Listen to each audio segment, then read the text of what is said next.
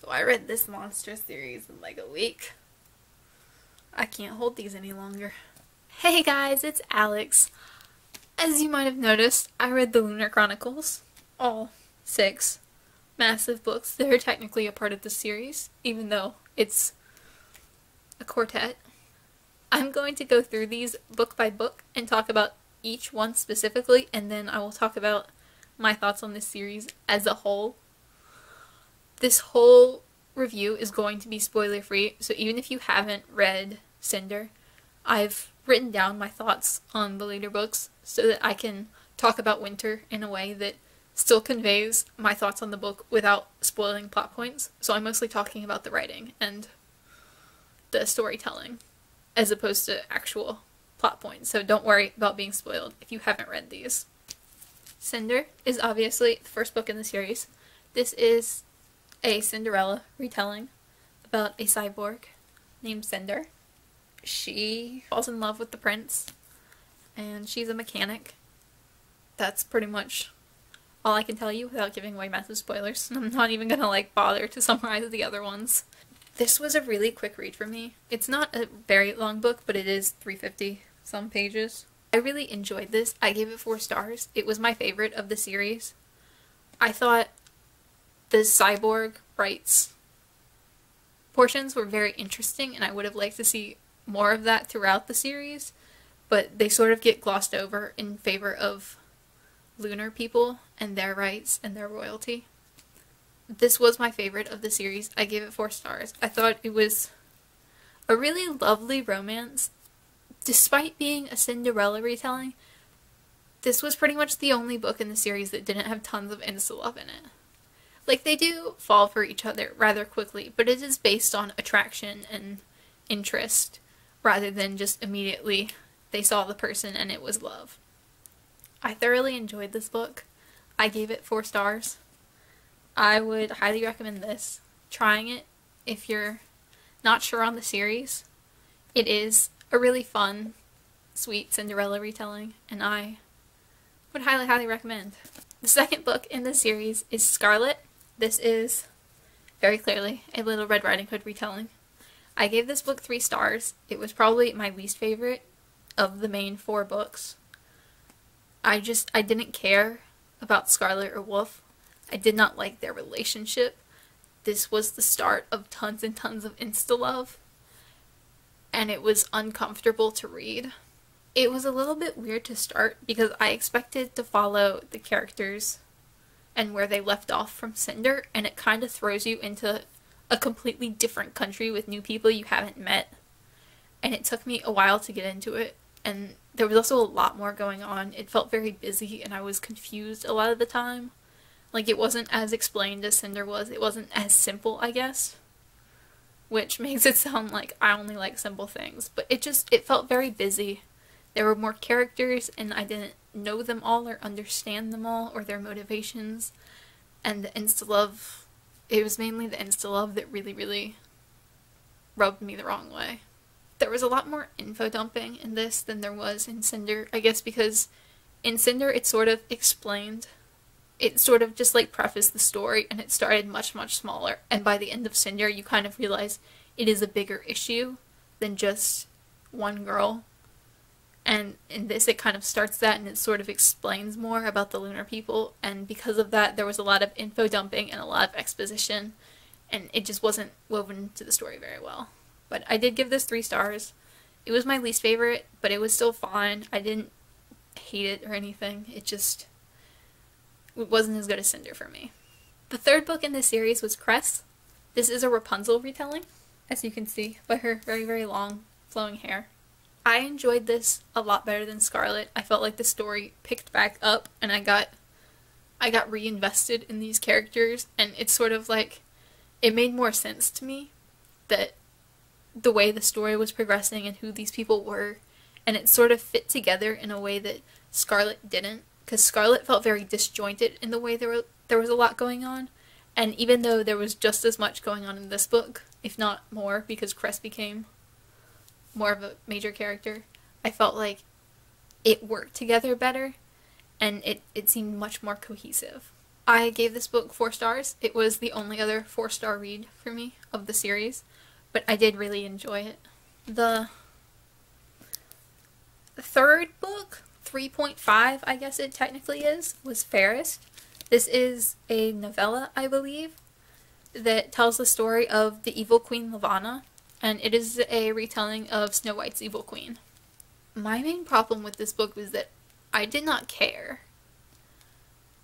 I had just finished, the first 3 books in the series, and at that point I really liked Cress, and I just wanted to continue with Winter.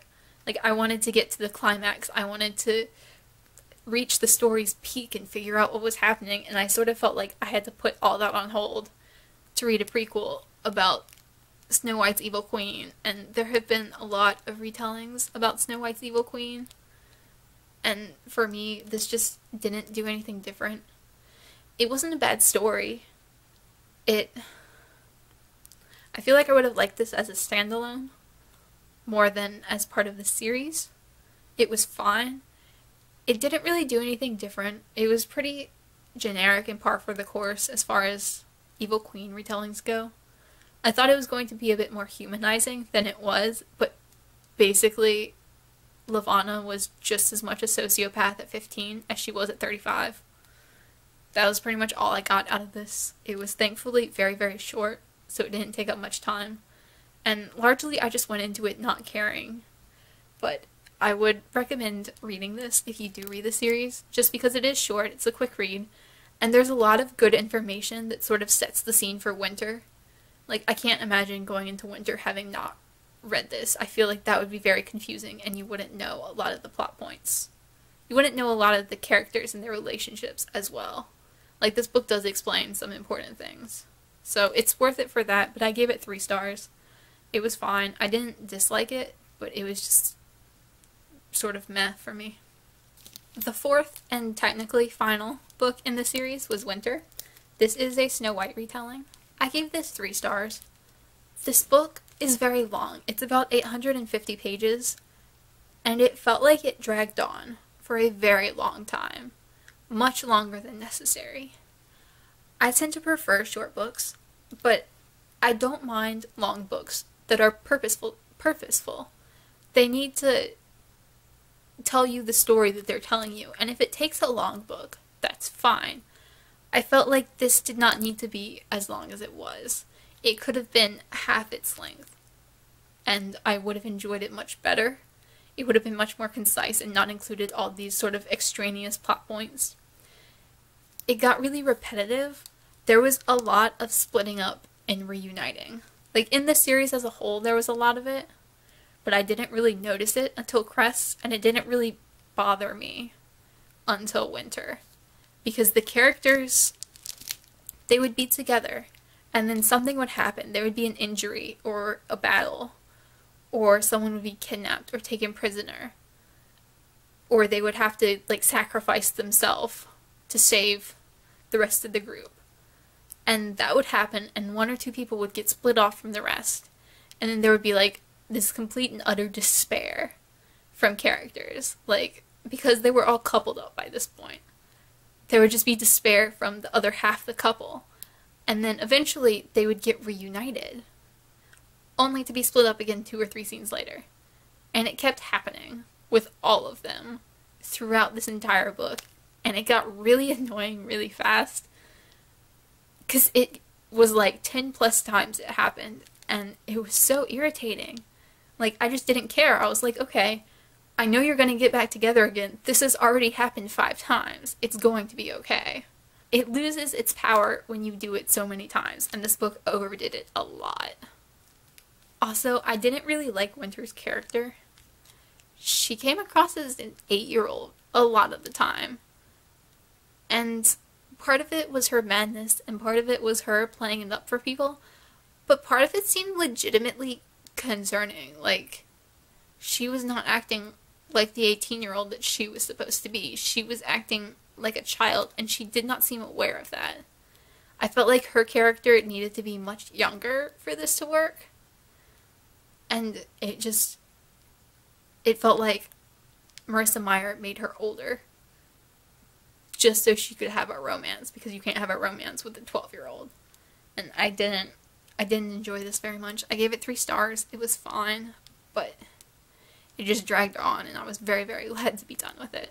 The last book, which is, I believe, 4.5, is Stars Above, which is a short story collection. It's mostly background prequel stuff on the characters, like missing moments from their childhoods and stuff that's like mentioned in the series that's never really delved into. I gave this 3 stars. I didn't enjoy this, but I just didn't care, much like Fairest. I was done with the series by that point. I wanted it to be over. Like, I'd finished Winter, and Winter was very long, and then I just felt like I had to read this, because I'm a completionist, and it would bother me not to finish the series. And in all honesty, the short stories weren't very good. They were things that weren't included in the main series because they were unnecessary. So this whole book just felt kind of extraneous. And I didn't enjoy it. I could definitely see people enjoying it if you really loved the series and you just wanted more of that world and those characters. You'd probably really enjoy this, because it's just like little missing moments, or like it tells, one of the short stories is Kai and Cinder meeting from Kai's point of view. There's a bit from Scarlet's childhood that's mentioned when she thought her grandmother was selling her away to be adopted. I didn't care. That was my biggest problem with this. I was done. I didn't care. I wanted it to be over. So I wouldn't really recommend this unless you really, really love the series and want to see more of it. Then you'd probably enjoy this, but otherwise, not so much. You can give it a pass without losing anything, in my opinion. For the series on a whole, I would rate it overall 3 stars. It was fine. I'm glad I read it. I felt like it was worthwhile to read it. It was just kind of mediocre and not all that good. Like, I enjoyed some of the books, but for about 2/3 of it, I felt like I was just reading it to get to the rest of the series, which it was very long, and if it had been, 4 short books, like all Cinder's length, I probably would have enjoyed it a lot better. It just dragged on and felt very, very long. It was also very predictable, which I don't know if this is so much a complaint, because they are fairy tale retellings. So if you go in and you're reading Cinder and you look over and you're like, oh, Winter is Snow White's retelling, you pretty much know the major plot points in each book going in, just because they do have to follow the basic structure of those fairy tales. There is a lot more to it, so you don't know, like, literally everything that happens, but you can kind of guess the general trajectory of the story, so it made it kind of predictable and kind of less, excited to read it to find out what happens, because you can kind of guess what happens, a 1/3 of the way into Cinder. You kind of know exactly where the 4 books are going and how it's going to end, and that was okay. It just took away a bit of the excitement. There were a few things that felt like they were included just because there was an aspect that was in a fairy tale, and they didn't really fit organically with the story. And there were a few moments like that in these books that I didn't enjoy so much, because it just felt awkward. Like, she knew this was a part of the fairy tale, and it was important enough that she felt like she couldn't leave it out. So she, wrote the story around it, and those parts stuck out, and I didn't enjoy them very much. The insta-love was also a problem. I hated the insta-love. There was so much of it, and it kept getting worse throughout the books. It was just uncomfortable and annoying, and I didn't care. Like, if there's insta-love, then I'm not invested in the relationships, because there is no relationship. They just saw each other and madly fell in love. And it didn't make sense. Some of the couples I was more invested in certain moments, but some of them I just wasn't, because they met each other and then all of a sudden they were all goo eyes and in love, and it was weird because there had been no build-up, there was no relationship, there was no development between them, and I didn't care, and it was gross, and I hate when insta-love is so prevalent. There needed to be... I understand they're fairy tales, but she changed enough elements that she could have slowed the romance. Like, I'm not saying she needed to get rid of it, just, like, slow it down a little more. Develop the relationships, build them. Like, I wanted to care, I just didn't. I think, overall, I would recommend this series. Perhaps not to science fiction fans, which is weird because it is a science fiction story, but this is honestly the first science fiction book I've read, the first series I've read, possibly ever. And I think they're a really good starter science fiction series, especially to people who have read a lot of young adult contemporary romance. If that's your main genre and you're maybe looking to like try science fiction a little, this would be a good way to branch into that without, you know, going full on out of the Silent Planet. Just going like hardcore into science fiction. Like, this is a good baby step, I think. I don't know how much hardcore science fiction fans would enjoy this, because it was very focused on the romance, and that was the main aspect of the stories, I would say. There was the whole science fiction lost princess theme going on, but I felt like that was very secondary to the romance and the fairy tale aspect. Like I said before, I'm not really a science fiction reader, and I haven't read any pretty much ever, so I do think this series, it kind of helped as a baby step to get into more science fiction books, and I feel like I would be better prepared for a harder sci-fi book that was more focused on the science fiction instead of the romance fairy tale aspect like the Lunar Chronicles were. But I would recommend these books if cyborg and moon princesses intrigue you and fairy tales in a science fiction setting. They were fun. They were enjoyable. They just got a little bit long, and I would recommend especially trying out Cinder, because I really enjoyed Cinder. It was my favorite of the series. So I think that would work if you just wanted to try one of them. But let me know down below if you guys have read the Lunar Chronicles and what you thought, and if you agreed or disagreed with anything I had to say. I'd love to talk about them with people who've read them or who are reading them, because I know a lot of people are going through them right now. Bye, guys.